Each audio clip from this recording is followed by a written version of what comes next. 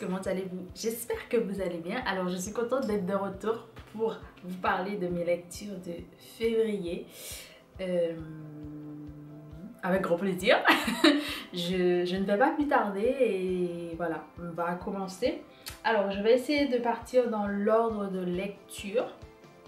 Donc je vais commencer avec donc Akata Witch de Ndio Corafor.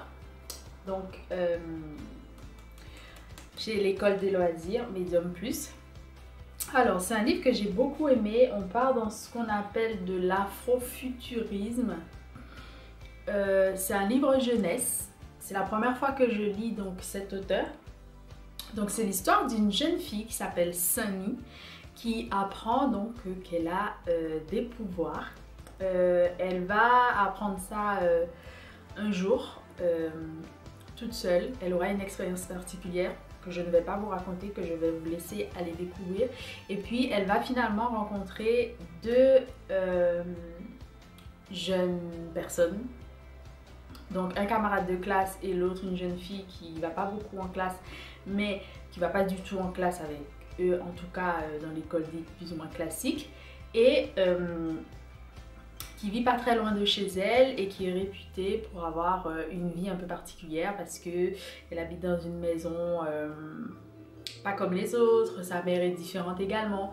Et puis Sunny et ses parents reviennent en fait des États-Unis, il me semble, pour habiter donc au Nigeria.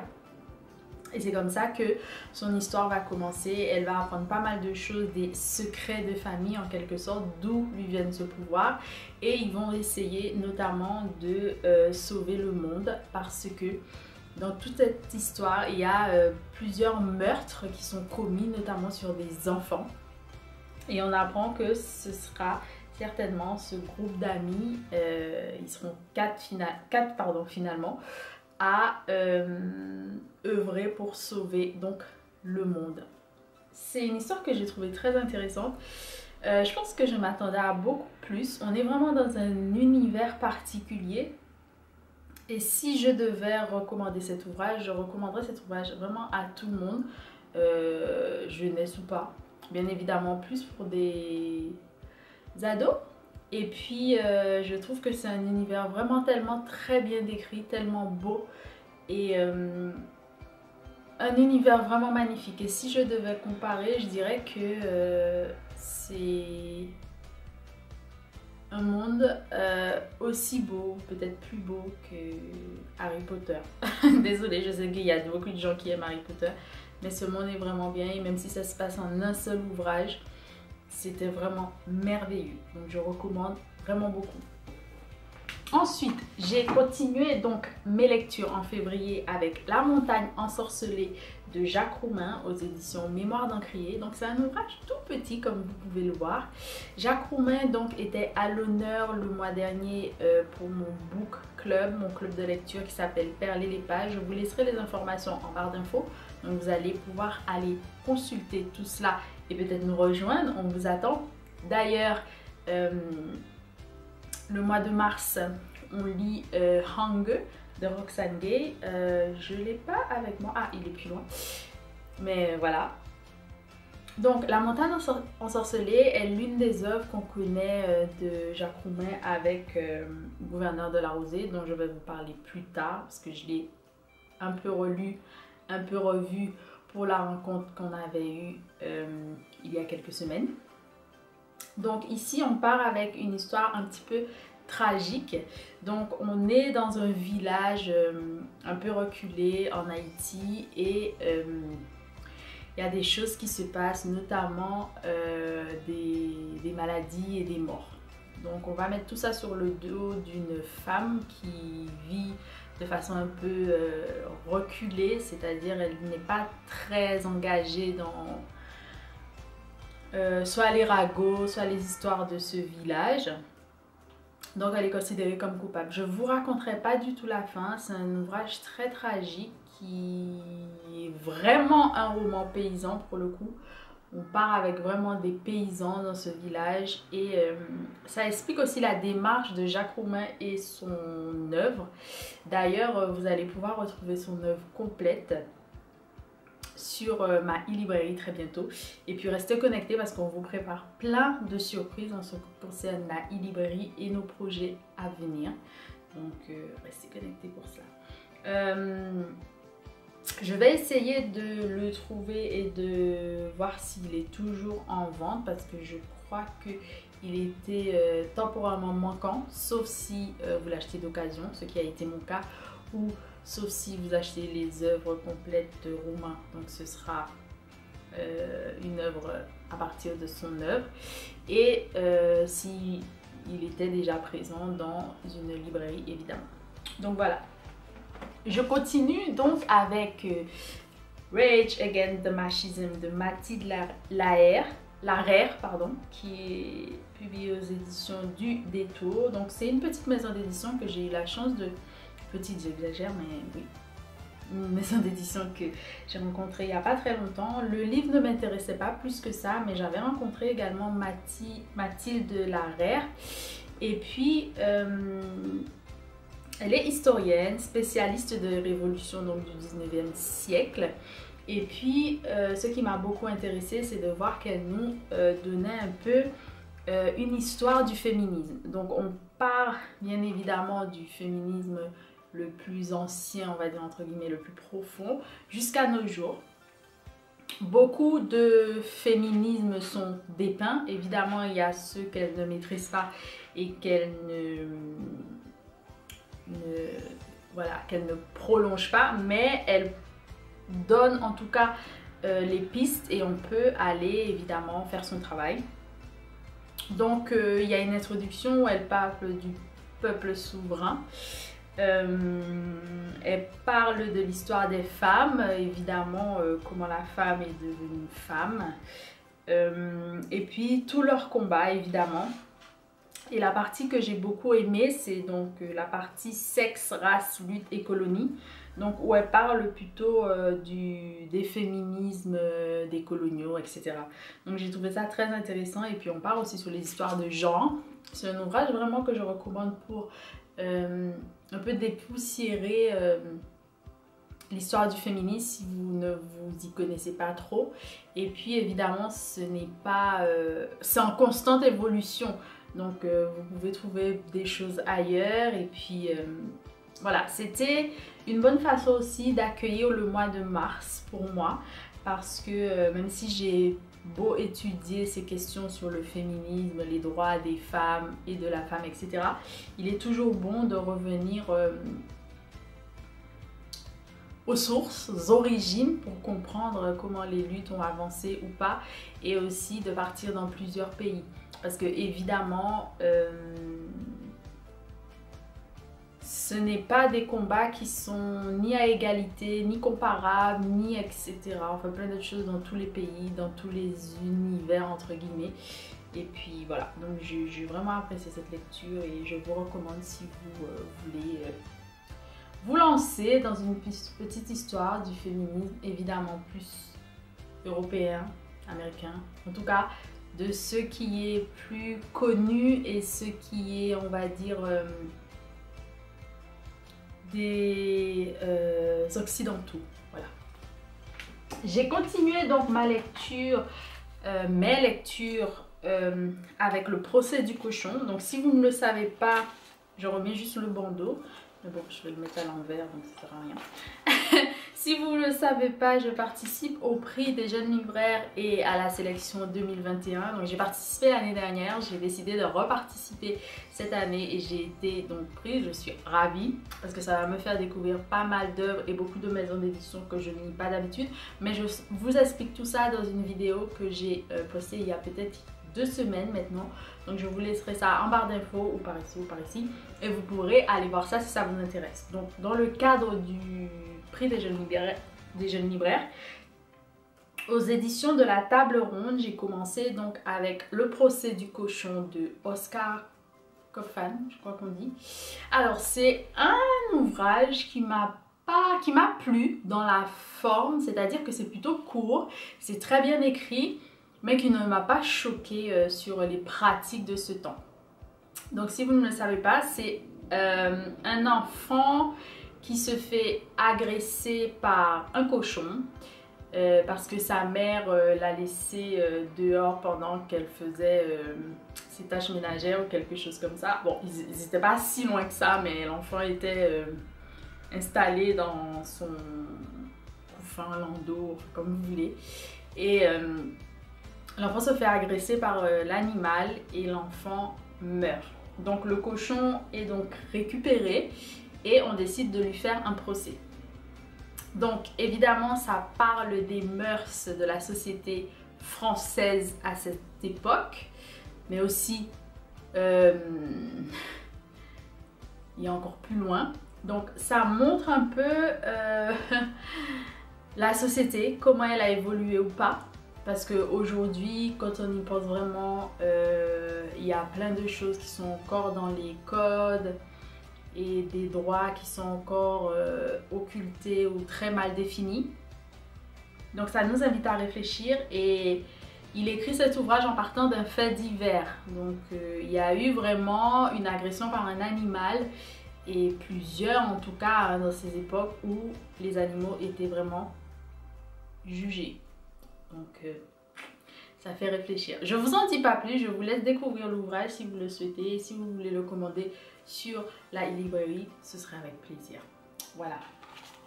Je continue avec donc Gouverneur de la Rosée. Je vous en parlais tout à l'heure.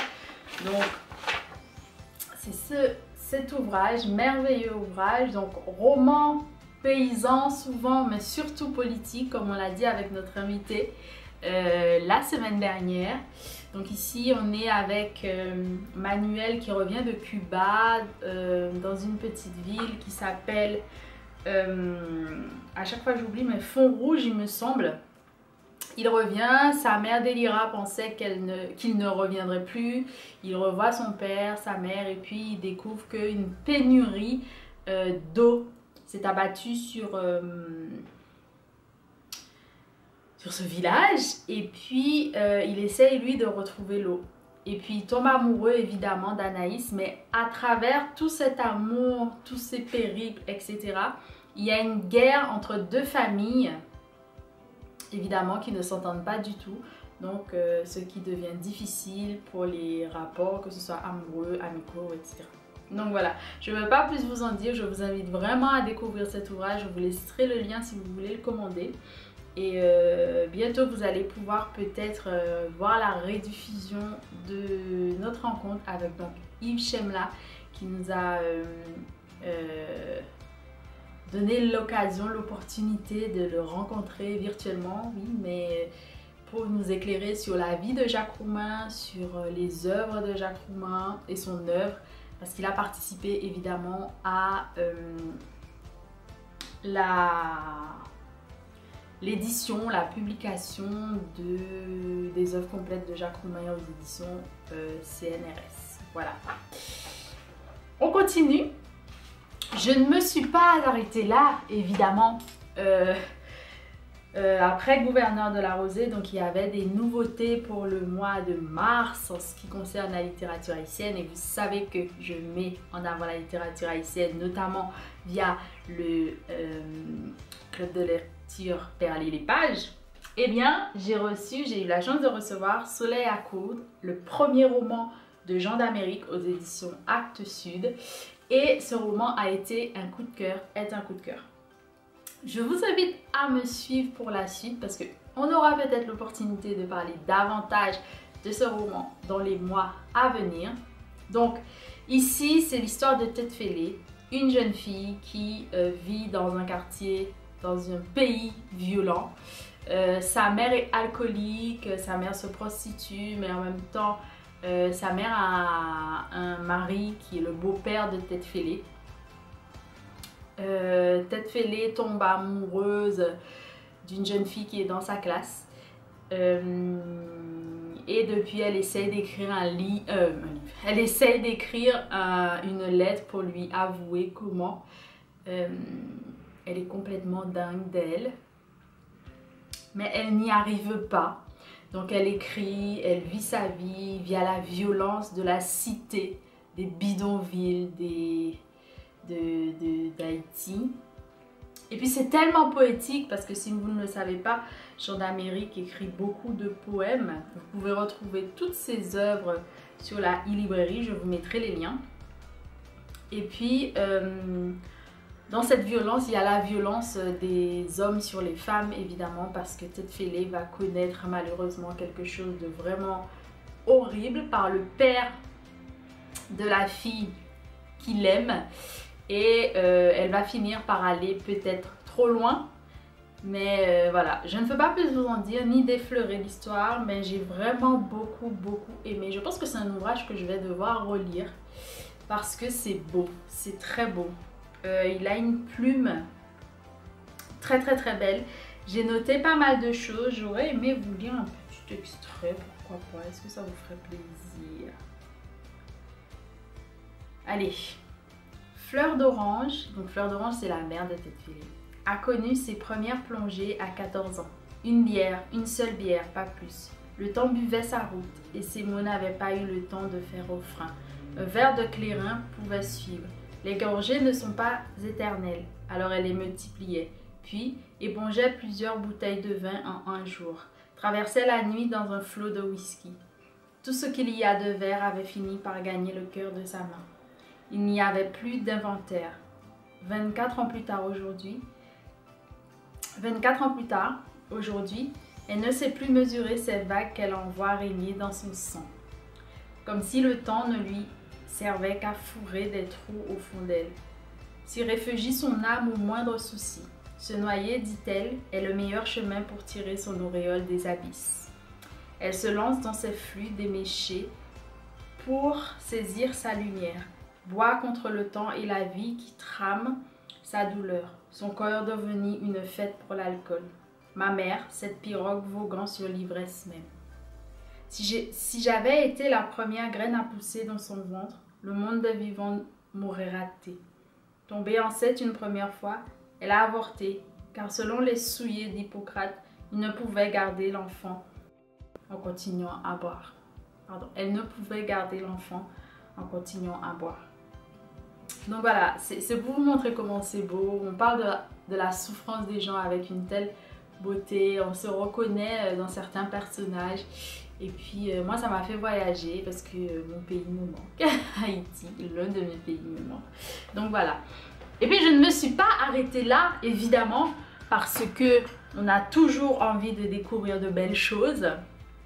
J'ai lu également, alors je vais retrouver les titres parce que j'ai pas envie de me tromper. Je vous mettrai la couverture ici. Puissions-nous vivre longtemps d'Imbolo Mboué. Donc c'est un ouvrage que j'ai vraiment beaucoup aimé. Je crois qu'on est en Afrique. On est vers la côte ouest. Et puis c'est l'histoire d'une famille sur plusieurs générations où en fait on apprend que le village, les terres de ce village ont été souillées par un organisme qui fabrique du pétrole. Ils sont venus puiser le pétrole, donc ici ce sont les Américains qui viennent souiller les terres, donc parce qu'avec tout ce qui est raffinerie, je crois, ça souille la terre mais aussi les eaux. Donc il y a plusieurs générations qui vont raconter cette histoire depuis la colonisation jusqu'à nos jours et comment une jeune femme va vouer sa vie entière pour pouvoir sauver ce pays parce qu'elle aura toujours vu ses parents, ses grands-parents se battre pour leur terre.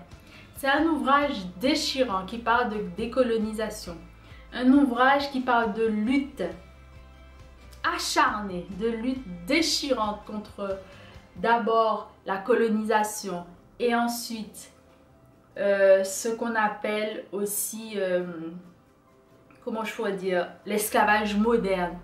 Et puis comment les petits, ceux qui n'ont pas l'opportunité d'avoir beaucoup d'argent, qui n'ont pas l'opportunité de se payer de grands avocats, doivent se battre avec les petits moyens pour y arriver, et l'espoir, cet espoir qui est tellement grand, qui est tellement vaste. Et dans cet ouvrage, on nous parle de quelqu'un que j'aime beaucoup, qui est cité parce que la jeune fille lit beaucoup ses ouvrages, Frantz Fanon. Voilà, on revient toujours à Frantz Fanon, visiblement. Et ça m'a plu. Et cette fois-ci, vu qu'on parle de violence, on ne parle pas avec Peau noire, masque blanc, mais on part plutôt avec son autre œuvre qui est du coup Les damnés de la terre. Voilà, on part avec Les damnés de la terre que je n'ai pas encore lu parce que j'ai feuilleté plusieurs fois, je sais de quoi ça parle, de la violence. Est-ce que les colonisés ont le droit d'user de la violence envers ceux qui les ont colonisés? Est-ce que cette violence, elle est normale? Qu'est-ce que ça pousse en nous? Qu'est-ce que ça laisse en nous? Et qu'est-ce que... Voilà. C'est vraiment très intéressant. Et puis, cette édition a toutes les préfaces en fait depuis... comment il s'appelle? Depuis Sartre jusqu'à nos jours. Donc voilà, très intéressant, très intéressant.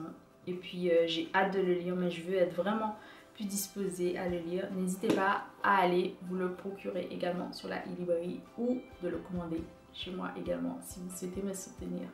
Voilà. Et puis le dernier ouvrage que j'ai lu pour le mois de février, on va y arriver, c'est bientôt la fin, c'est Tu aurais dû t'en aller de Daniel Kehlmann. Donc c'est un petit ouvrage aux éditions Actes Sud, littérature allemande que j'ai voulu découvrir parce que la 4e de couverture m'a happée. Donc en fait, c'est un écrivain qui décide de partir. Il est écrivain mais de scénario je crois. Oui, donc il doit être... ouais, je crois que c'est ça. Il décide de partir avec sa famille, donc il a une fille et une femme. Il décide de partir un peu à la montagne, on va dire, se reculer pour pouvoir mieux écrire parce qu'il a une date butoir pour rendre un travail et il a du mal. Donc il part, ils sont dans une maison très reculée, une maison un peu étrange. La maison est très belle, donc le séjour commence bien. Et puis paf, on aura du fantastique. Donc c'est un conte fantastique, une nouvelle on va dire plutôt fantastique, qui était très intéressante, perturbante, qui parle de l'écriture, qui parle des impressions, qui écrit, quoi écrire, pourquoi écrire, est-ce qu'on est enfermé ou pas. Ça m'a permis de me poser pas mal de questions. Je ne dirais pas que c'était un coup de cœur, mais c'était très intéressant et puis de découvrir un nouvel auteur. Je dis jamais non. Voilà, donc voilà les livres que j'ai pu lire. En ce moment, si vous voulez savoir ce que je lis, que vous pouvez aussi trouver sur la e-librairie, je lis Queenie, que les éditions Calman Levy m'ont envoyé. Merci d'ailleurs, donc Queenie de Candice Carty-Williams. Je suis tout au début, donc je ne peux pas vous dire vraiment... je suis vraiment au début, j'ai commencé hier soir, vers ce matin, vraiment. Mais pour le moment, j'ai vraiment envie de savoir ce qui se passe. Et puis, c'est un ouvrage dont j'ai beaucoup entendu parler, notamment l'année dernière avec sa sortie en langue originelle, donc en anglais. Mais ça me donne vraiment envie de savoir comment cette jeune fille va évoluer dans son monde, dans ce monde. Voilà, ça commence pas très bien. Le commencement est difficile, mais on va s'accrocher. Alors, et vous, que lisez-vous? Qu'avez-vous lu? Que souhaitez-vous lire? On se retrouve très bientôt pour Mars au féminin et plein d'autres rencontres. Restez connectés pour la suite. Je vous remercie pour tout et puis je vous embrasse très fort. Gros bisous. Bye.